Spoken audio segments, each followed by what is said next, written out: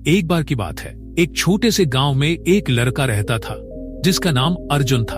अर्जुन बहुत समझदार और सोचने वाला था।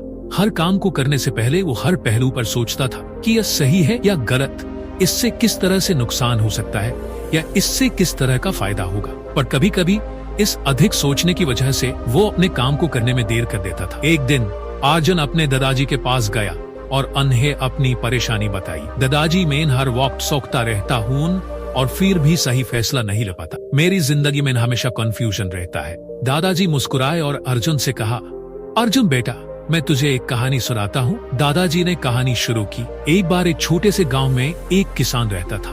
उसने अपने खेतों को बेहतरीन तरीके से उगाने के लिए बहुत मेहनत की थी। हर दिन वो खेतों में काम करता, लेकिन कभी कभी उसके मन में यह ख्याल आता कि अगर बारिश नहीं हुई तो क्या होगा, या अगर बिजली गिर गई तो किसान का क्या होगा। हर वक्त ये सोचने में उसका वक्त चला जाता। एक दिन एक पुरानी और अनुभव से भरी औरत उसके पास आई और उसने कहा, तुम्हारे सोचने से कुछ बदलने वाला नहीं है। तुम जो कर सकते हो वही करो और जो नहीं कर सकते उसके बारे में सोचकर अपना वक्त बर्बाद मत करो। किसान ने उनकी बात समझी और फिर उसने अपने काम पर ध्यान दिया। उसने अपने खेतों की बेहतरीन देखभाल की और जो चीजें उसके बस में थी उनको बेहतर बनाया।